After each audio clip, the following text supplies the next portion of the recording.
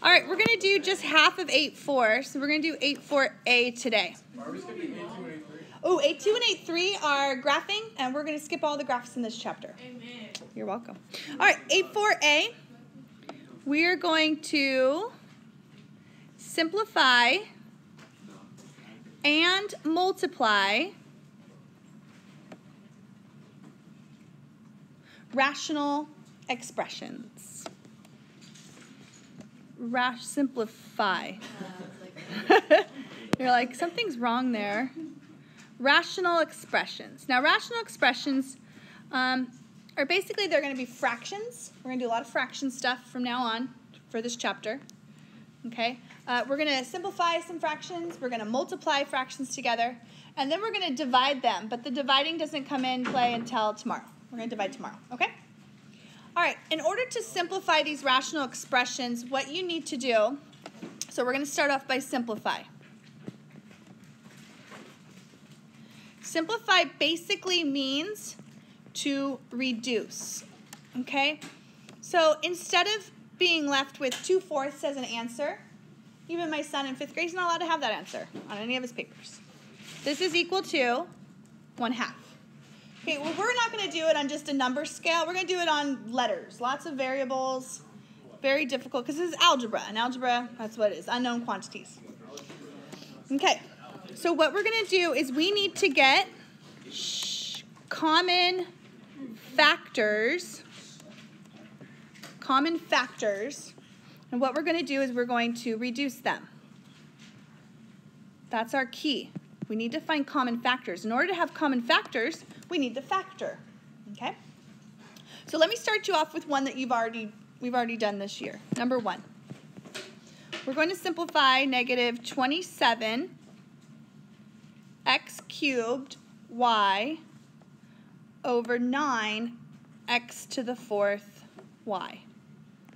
All right, we have seen something like this before. We did a whole lesson on exponents and we reduced this. Okay, so when you reduce this, you start by reducing the numbers. Negative 27 over 9 is negative 3, good. And now you start reducing, because these are all factors, they're all multiplication here. So we can go ahead and reduce. So x cubed over x to the 4th is x on the bottom, right? You remember this. There's 3 of them. You like to say cancel. They don't really cancel, but they reduce. And then the y's, what happens to those? Those reduce also. And so you're left with negative 3 over x. And that's simplifying this. Yeah? What if the negative something is just on the fraction? Oh, on the whole fraction? Then you could decide whether it goes to the top or the bottom, but not both, because then it's a negative over negative makes it positive. But usually we write negatives up top. Yeah. Okay, now what we're going to do is we're going to reduce things like this. Why did you cross out the 4? Oh, because there's 3 x's up top, and there's 4 on the bottom. Oh. And what I did was I reduced 3 of them, leaving 1 on the bottom. I like that visual. Do you? Also, you could go 3 minus 4 is negative 1, but then you bring the x down because you can't have negative exponents. All right, so how about this one? 2x minus 6 over 3x minus 9. Now, so many people here, and I've seen this over the years, even in my calculus class, they're very tempted to just cross out those x's, okay? You're not allowed to do that. These aren't factors. This is subtraction. It's different than multiplication. Can I, if I were going to take 5 plus 1 over 5 plus 2 and just go, oh, let's just do that. No, you're not allowed to do that. This is 6/7. 6/7 equal 1/2? No, it doesn't. Okay, you're not allowed to do that because they're not factors. They're addition. So what I need to do is I need to factor both top and bottom. Do you know how to factor this? We're going to factor out a GCF. Remember that? Greatest common factor? GCF. So look at the numerator, just the numerator. What can you factor out of 2x and 6? 2. Perfect. So I'm going to pull a 2 out of both terms. I'm dividing a 2 out, and I'm left with x. I'm dividing a 2 out of negative 6. I'm left with negative 3. Everyone okay so far? Remember doing this? It's been a while. I think this was from chapter 4. Yes, lesson 4.4. All right, now, Let's go ahead and factor that 3 out. 3 goes out to the front, and I'm left with what? X minus 3. Oh. Okay, now these are multiply, and I have common factors. So I can take that x minus 3 over x minus 3 and reduce it. And so my simplified answer would be 2/3. Isn't that cool? So in order to reduce, you have to have factors, then those will reduce. You can't just go, oh, I'm just going to reduce the x's right away. You can't. They have to be factors. Factors means multiplication. All right, so here we go. This is how we're going to do these. They're going to get harder. Those are the 2 like warm-ups, getting you ready for these. Here are your steps. Step number 1. Step number 1. You're going to first factor out the GCF. Factor out the greatest common factor, if it has one. Sometimes they don't. A lot of times they don't. Number 2, then you're going to look for some special cases. Okay? One, you do? You like special cases? One special case that will happen a lot is going to be the difference of 2 squares. Difference of 2 squares. Let me show you how that one works. This one happens all the time. Anyone have a favorite perfect square? 2 to the second. Okay, so 4? 6. 6 is not a perfect No, square. 36. Let's 36. Let's do 36 because I didn't want 4 because 4 is different. All right, if I have x squared minus 36, this will factor. Do you remember how to factor this as the difference of 2 perfect squares? X squares factors as x times x, and negative 36 is positive 6 times negative 6. Do you remember doing that? I know, it's been a long time.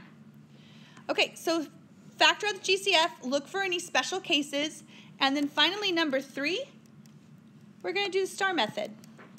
Yay. I know. Do you remember the star method? Yeah. Star method was fun. I know, it is.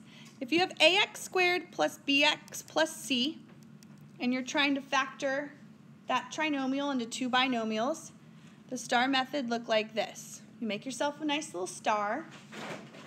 Oopsie whoops. And then up top, you do a times c, bottom base, b, and then a, good, goes here and here. And then you ask yourself, what multiplies to give me AC but adds to give me B? And then you write those numbers here, and then you go from the rest, okay? Hopefully you remember how to do that. All right, so let's do some. These are so fun. Woo. Number 3. All right, what do we got? Oh, here it is. Okay, I've got 3x plus 6 over x squared plus 6x plus 8. All right, so, and every year, I promise you, I have people that are like, oh, they see a 6 and they cancel it, and then they see an x and they cancel it, and you can't do that, okay? You need to factor first. Factor the numerator. Think of them as 2 separate problems that you're factoring. So up top, we're going to factor out the 3, and we're left with x plus 2. On the bottom, we're going to factor this as 2 binomials. Okay? So if you want to, you can do star method. If you don't need the star anymore and you're pretty good at these, especially if there's no number out front, you can just go right to it. That's fine.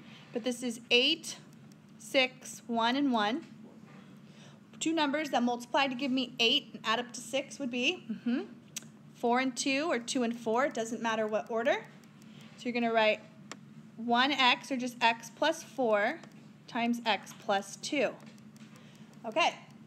Once you have them all factored out, now you can start slashing. That's the best part, right? Just slash away. Oh, you can slash.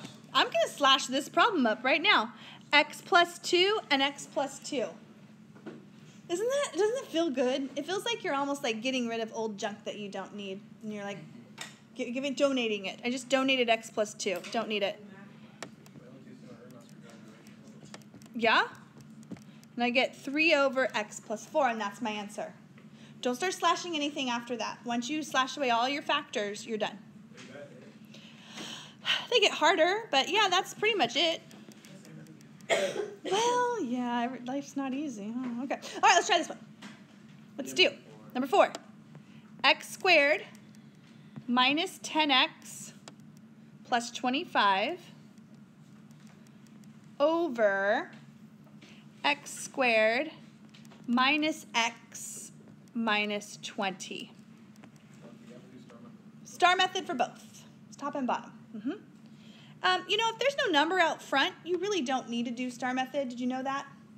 Just like think what times what's 25 adds up to negative 10. Negative 5 and negative 5, yeah. And you could just go straight there. Okay, so if there's no number in front, you can skip the star method part because you're pretty good at these by now, I would hope. So this one is what times what's 25 adds up to negative 10 would be a minus 5 and a minus 5. And then on the bottom, what times what's negative 20 adds up to negative 1. Good. Negative 5 and positive 4. Okay? Yeah. Well, what they'll do is they try to do that a lot so that something will reduce. Only one of them does. So this one had 2, but there's not 2 on the bottom. 2 of these x minus 5s, there's only 1. And so your answer would be perfect. And don't cancel those x's out. That's your answer.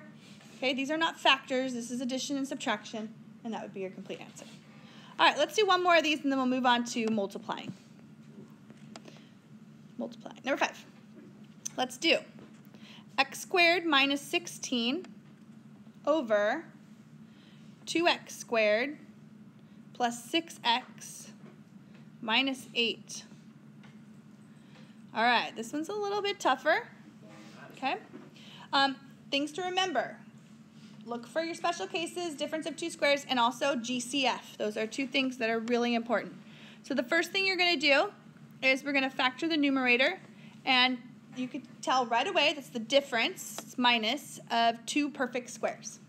So x squared would be x times x, and to get negative 16 would be a positive 4 times a negative 4. Or the other way around. Doesn't matter what order these are in. In the bottom, though, I'm going to factor out a 2 first, okay? I'm going to do it right here. Yeah, factor out the 2. That's always your first step. You want to factor that number out. You put that on. And then you want to factor some more. But the 2 doesn't disappear. It stays with it. You got to keep that 2 there, okay? So 2 factors out of all 3 things, and now I can factor this. What times what's negative 4 that adds up to positive 3? A positive 4 and a negative 1. Yes? Okay, so we have it completely factored. We're ready for the fun part. I see that I have an x plus 4 up top and on the bottom. I can reduce those. And that's it. Nobody else slashes, huh? All right, so I get x minus 4 over 2 times x minus 1. Perfect. And that would be your answer. You don't need to distribute the 2 back in. You don't need to slash away anything else. You're done. These aren't too bad. You're doing okay? All right. Second and last part. Here we go. We're now going to multiply. Is it easier than dividing? No, it's just a little bit of like an extension on, dividing? Oh, not dividing. Oh, simplifying? It combines that with something else, but you'll be fine. All right, what we're going to do is we're going to multiply, but we are also going to add a little step here. They're going to ask us to state restrictions on variables.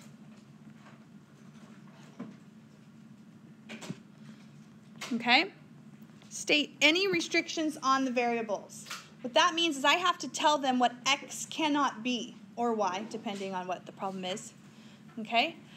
What you're going to do, before you slash away, the denominator cannot equal 0. Remember, even Siri knows that if you ask her about cookies and 0 divided by 0. Yeah, it's cute, huh? The denominator cannot be 0.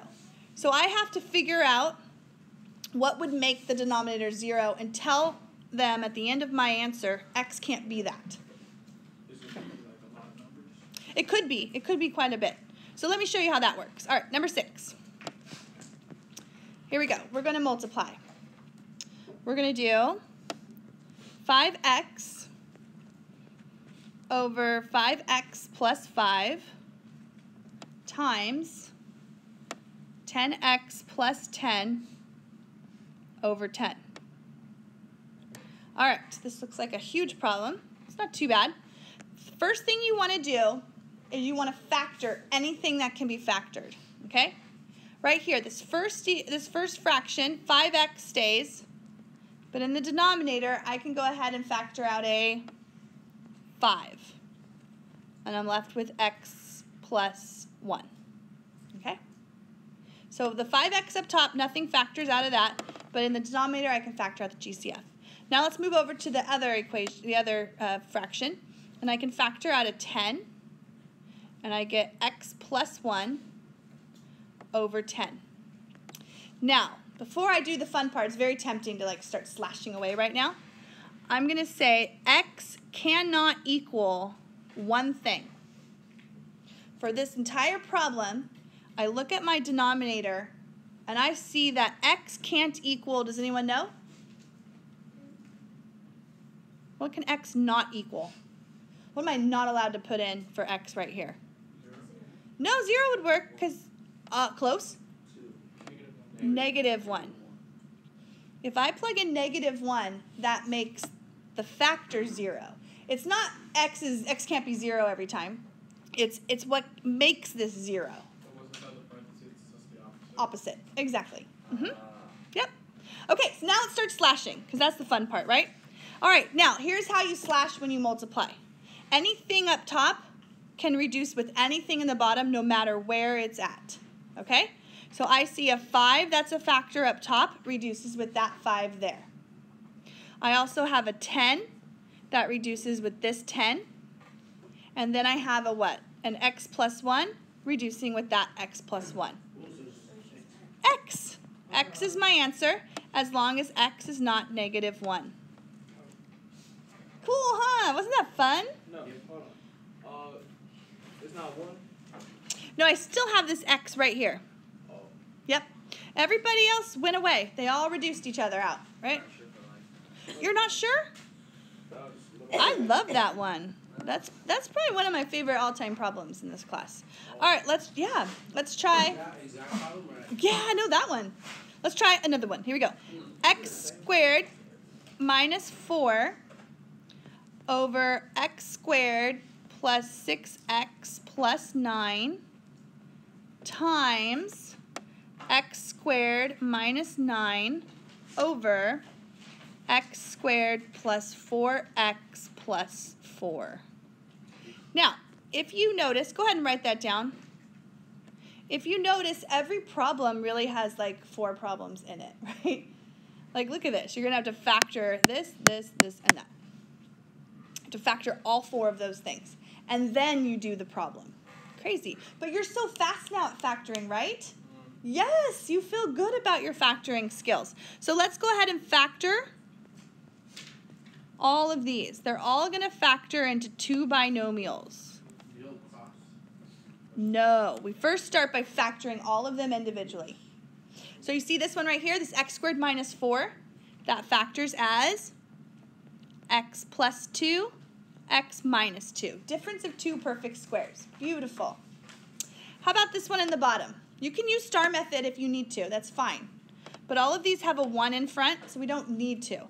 What times what is 9 adds up to 6? 3 and 3, right? 3 and 3. You don't need to write that as x plus 3 squared. Just write it as x plus 3 and x plus 3. How about over here? Numerator of this one, difference of 2 perfect squares again. X plus 3, x minus 3. And then over here, 2 numbers that multiply to give me 4 that add up to 4. 2 and 2. Perfect. Okay, before you slash away, make sure you tell me what x can't equal. And in this problem, x can't equal 2 things. Almost. You had the first one right. -3 and -2. How do you know it can't? Okay, it can't equal anything that's going to make the denominator 0. We don't care about the numerator. Numerator can be 0. But see, -3, if I plug it into this x right here, it would make this all 0. If I plug in -2 for this x, it would make it all 0. So those are the only things. I don't care what's up top. I'm not even going to look. I'll close my eyes. But I want to see what's on the bottom. I don't have to list it twice, though. You list it once, you're good.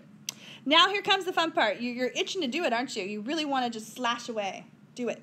Okay, I have an x plus 2 and an x plus 2. Make sure that you are reducing only numerators with denominators. You can't reduce numerators with numerators, okay? What else do I have? I've got an x plus 3 and an x plus 3, and that's it. Oh, I thought that was going to be better. Okay, so what am I left with? Up top, I'm left with an x minus 2 and an x minus 3. So now we multiply. We put them all together in one fraction. And on the bottom, I have an x plus 3 and an x plus 2. Now remember, factors have to be exactly the same. Like x minus 2 and x plus 2 look very similar, but they're not the same. What's that? You want to try one now? Wait, yeah, No one said that. You know what that's like? What's that? I did like I like almost foiled them, I guess. Like you were foiled them. No, that'd be too, yeah, don't do that. Leave them in factored form. Yep. Yeah, it's like the Mickey Mouse, like, oh, you guys, how many stars are there? That's right, 10. I'm like, I actually answered. yes, I do too. They're fun. Okay. Chuggington, yes. I have so many Chuggington trains at home. I find it funny how in Dora the Explorer she'll ask you to look for something when she's looking directly at it. Well, you know, she's helping out the kids. Here we go. It's really like a nice show. Like, I'm not even lying. It is. They really teach you nice things there. Yes. All right, here we go. I'm going to let you try this one. You're not ready? All right, we've got 4 minutes, so I need to start. You keep going, though. I'll go slowly. Okay? These take a while, huh? I only assigned you like 30 of them for homework. I'm kidding. 29. All right, let's look at the numerator here. What times what's 4 adds up to -5 would be a -4 and a -1. Okay, over here at the bottom, what times what is -28 that adds up to 3? Plus 7 minus 4. Good, a +7 and a -4. All right. Up here, what times what? Shh, is -3 adds up to 2? +3 and a -1. And then what times what's 21 that adds up to 10? Plus 3 and 7. Okay, before you start slashing, make sure you let us know x cannot equal a couple of things. -7. Good, -7, +4, -3. -3. Awesome. See, what he just did is he went through all these factors on the bottom and found out what x can't be. Now we get to do the fun part. Here we go. I've got an x minus 4 here and here. I've got an x plus 3 here and here. Remember, you can't reduce stuff with numerators, so this x minus 1 stays. X minus 1 times x minus 1. We can write that as x minus 1 squared if we want to. And an x plus 7 times an x plus 7 is also x plus 7 squared. No, if you wrote it out, that was perfectly fine. Did you get that? Anybody get that one? Good. Good job, Brandon. Ooh.